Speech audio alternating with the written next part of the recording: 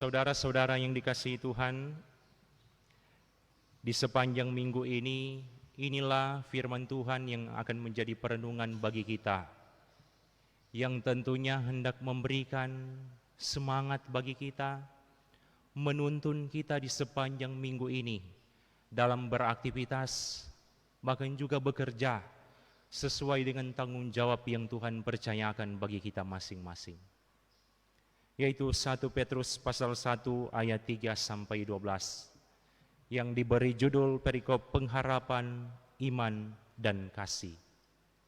Berbicara tentang iman, orang semua pasti populer sekali dengan nama gereja di Patar, yaitu Sola Fide.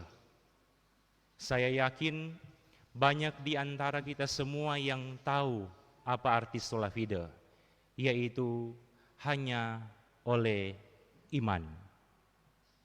Sola Fide ini adalah merupakan satu ajaran bagi orang-orang Kristen yang disebutkan dengan 3 sola, yaitu ada beberapa sola. Yang pertama Sola Fide, yang artinya hanya oleh iman.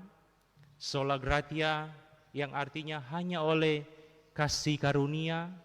Dan Sola Scriptura, hanya oleh firman atau kitab suci, yaitu Sola Fide, Sola Gratia, dan juga Sola Scriptura. Itu kalau versi ajaran orang Kristen Protestan, terlebih khusus orang, di dalamnya juga warga Gemim. Tetapi juga ada DP versi orang Nado. Toh? Kalau di Mantos atau di kawasan Megamas ada DP nama Solaria. Itu nyak tamaso komangko. Kalau Solaria apa sudah DP arti? Hanya oleh lapar. Kalau Sola Fide kan hanya oleh iman. Kalau Solarias tuh hanya oleh lapar-lapar.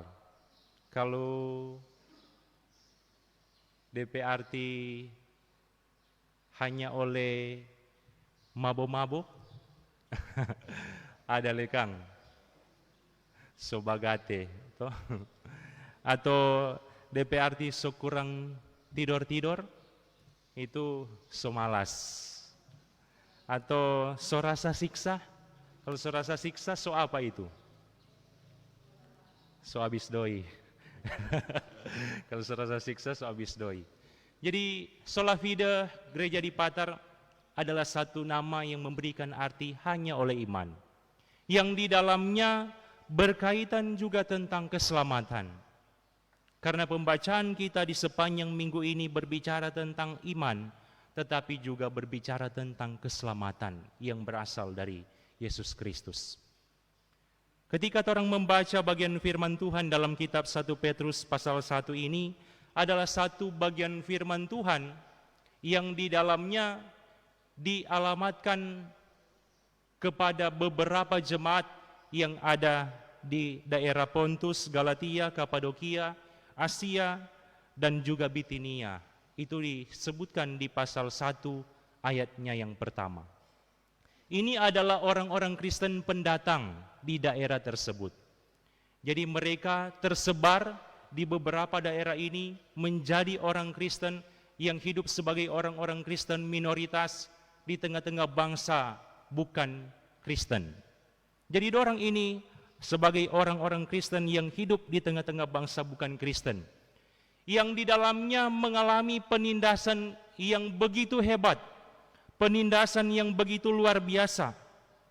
Penindasan yang pertama yang mereka alami yaitu penindasan dari seorang kaisar yang bernama Nero, kaisar Romawi yang memimpin di sekitaran tahun 54 sampai 68.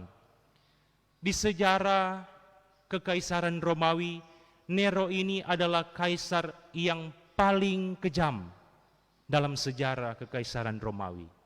Mengapa disebutkan paling kejam? Karena dia seringkali menindas orang-orang Kristen. Bahkan juga bukan cuma menindas, dia nyandak segan-segan untuk membunuh orang-orang Kristen. Bahkan Nero ini juga menginginkan orang-orang Kristen menyembah Dia sebagai Tuhan atau memperlakukan Dia sebagai Tuhan.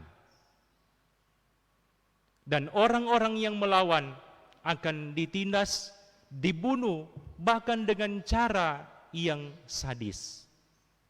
Kita sempat baca Nero ini memerintahkan orang-orang Kristen dibunuh dengan cara yang luar biasa mengerikan. Jadi orang-orang Kristen dorang selesai bungkus dengan makanan-makanan atau daging-daging untuk dimakan makanan buas. Jadi dorang selesai bungkus di seluruh tubuh, kemudian dorang lepas di satu lapangan yang luas. Kemudian dorang lepas juga itu hewan buas, mencabik-cabik orang Kristen sampai mati. Bahkan juga orang-orang Kristen seringkali dibungkus dengan jerami-jerami supaya dibakar untuk menjadi penerang atau jadi obor di malam hari. Jadi orang bayangkan itu kekejaman Kaisar Nero. Karena itu orang-orang Kristen yang hidup di zaman itu mengalami penindasan yang begitu luar biasa. Coba orang bayangkan, ketika orang ada dalam situasi seperti itu, orang mau jadi orang Kristen, orang mau mengaku orang Kristen, tidak boleh. Karena ketika orang mengaku orang Kristen, Nero atau Kaisar akan memerintahkan supaya orang dibunuh. Jadi itu tantangan yang dialami oleh orang-orang Kristen di beberapa daerah yang saya sebutkan tadi. Kemudian ketika orang membaca bagian firman Tuhan ini, di dalamnya orang berbicara tentang iman kepada Yesus Kristus. Di dalamnya Rasul Paulus berusaha mengarahkan bahwa iman itu mengarah atau terpusat kepada Yesus Kristus. Singkatnya mau dijelaskan di sini, yaitu orang beriman itu terpusat kepada Yesus Kristus, bukan kepada hal-hal yang lain. Ketika ada tantangan, ketika ada penindasan-penindasan, mari orang meminta kekuatan dari Tuhan, supaya orang dimampukan menghadapi setiap tantangan yang ada. Nah, inilah yang berusaha disampaikan kepada jemaat-jemaat Kristen ini, supaya mereka tetap kuat, supaya mereka tetap teguh imannya, tetap kokoh imannya, walaupun mengalami penindasan yang luar biasa mengerikan dari Kaisar Nero, bahkan pemerintah-pemerintah yang ada di saat itu. Jadi motivasi berusaha diberikan oleh Rasul Petrus kepada orang-orang Kristen ini, yang di dalamnya juga dia menjelaskan bahwa ketika orang bertahan dengan iman yang kita miliki walaupun ada penderitaan, orang akan tetap memiliki pengharapan. Orang tidak akan kehilangan pengharapan.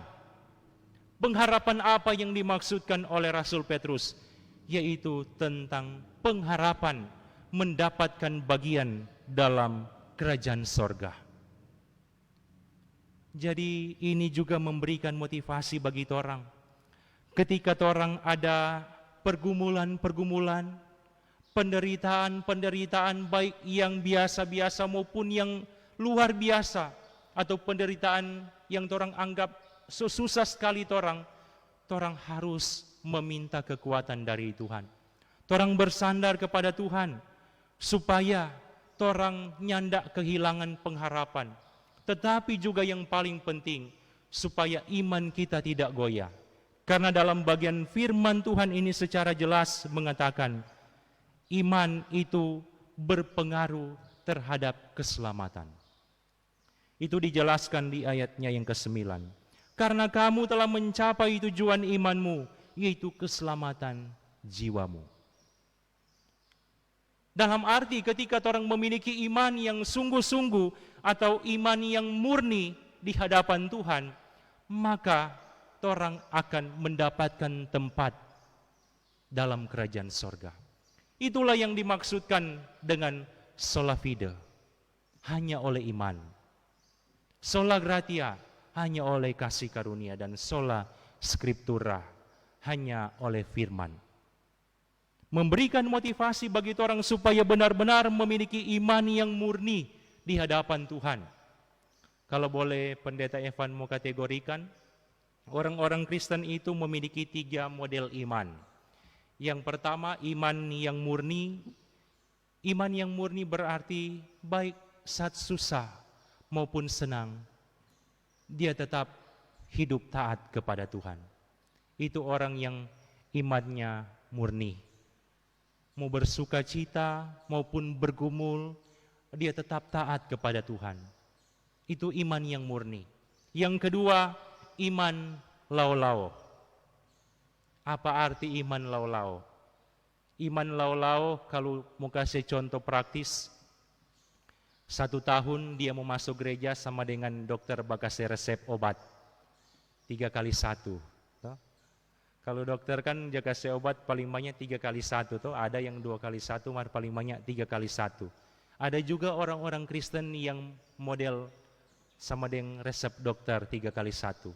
Dia aja masuk cuma tahun baru, Jumat Agung mau perjamuan, deng Natal. Mujur-mujur kalau talebe, toh.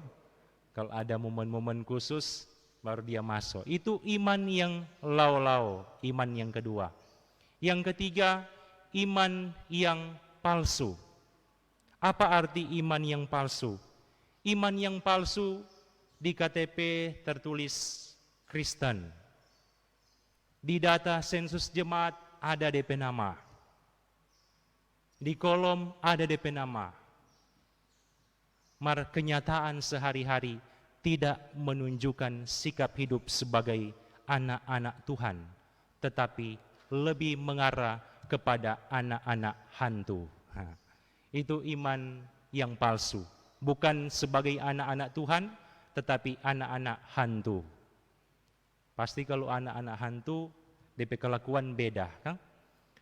Karena itu, dari bagian firman Tuhan ini, saudara-saudara, hendak memberikan motivasi bagi kita orang sebagai jemaat Moria Kali, atau juga sebagai jemaat Kristen yang hidup di zaman sekarang ini. Memberikan motivasi bagi orang semua. Dari sini orang boleh merenungkan, bertanya, apakah orang memiliki iman? Atau iman yang model bagaimana yang orang miliki, yang orang terapkan selama ini? Iman yang murni, iman yang lau-lau, atau iman yang palsu? Yang paling tahu orang diri sendiri. Karena itu ini menjadi satu momen bagi orang untuk introspeksi, bahkan evaluasi diri masing-masing. Mari orang bercermin dari firman Tuhan ini, supaya hidup kita benar-benar memiliki iman yang murni di hadapan Tuhan. Satu contoh praktis yang boleh Pendeta Evan juga sampaikan, bagaimana contoh praktis orang memiliki iman yang murni, yaitu seperti yang orang lakukan di saat ini. Kalau di sekarang ibadah jam 9 ada 7 kolom yang terdaftar atau mengikuti ibadah. Kolom 4, 5, 9, 20, 23, 27, dan 29.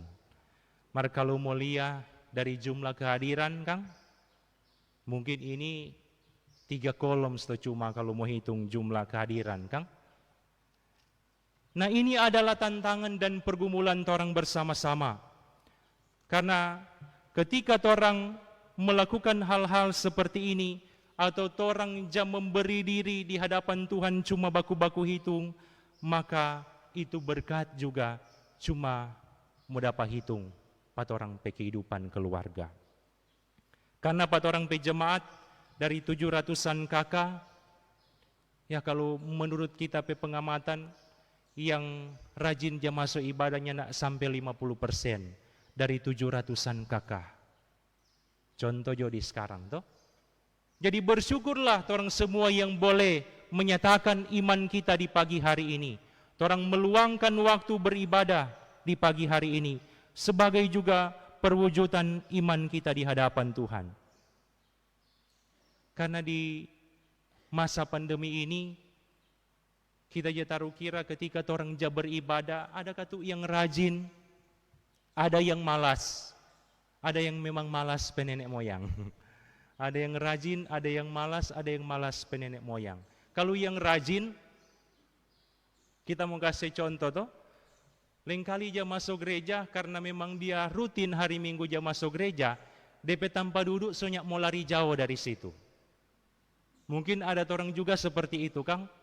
Kita karena rutin dia masuk hari Minggu, tetap kita mau duduk di daerah muka atau daerah belakang. Mar jangan komang tulis nama di tempat duduk, Jangan bawa spidol kong tulis di situ toh. Ada orang yang seperti itu, pendeta-pendeta Jataru kira karena rajin tuh memang tuh tanpa duduk so di daerah situ. Toh. Mau kasih contoh, ini cuma contoh toh, umpamanya Bapak Robin toh.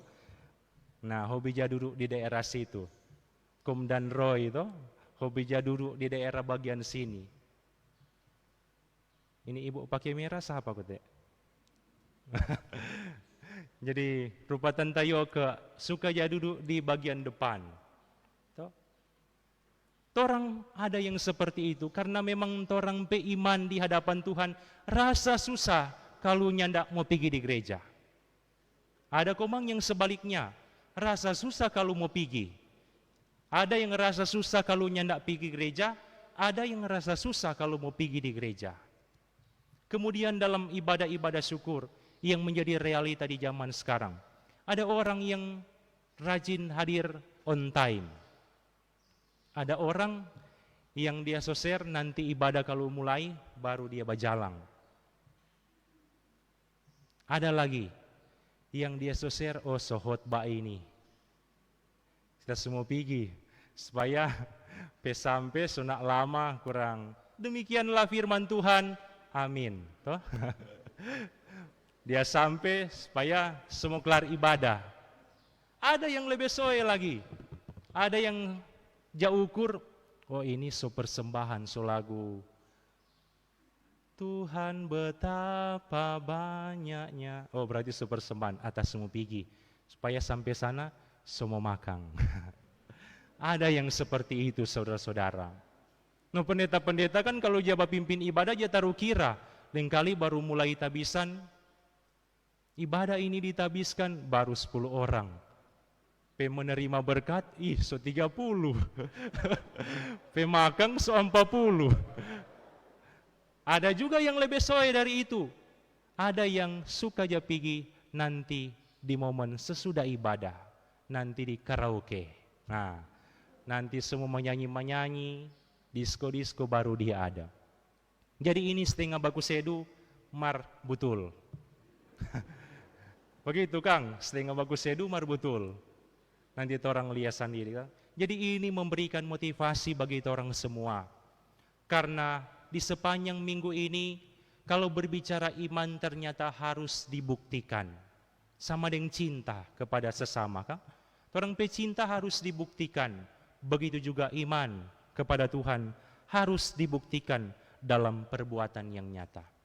Dan di akhir khotbah ini saya mengutip ada satu kalimat yang berkata begini. Jika kita kehilangan uang, kita hanya akan kehilangan kepuasan. Jika kita kehilangan perhiasan, kita hanya akan kehilangan kemewahan. Jika kita kehilangan jabatan, kita hanya akan kehilangan popularitas. Tetapi jika kita kehilangan iman, kita akan kehilangan keselamatan. Semoga Tuhan memberkati firman ini dan memberkati kita semua. Amin.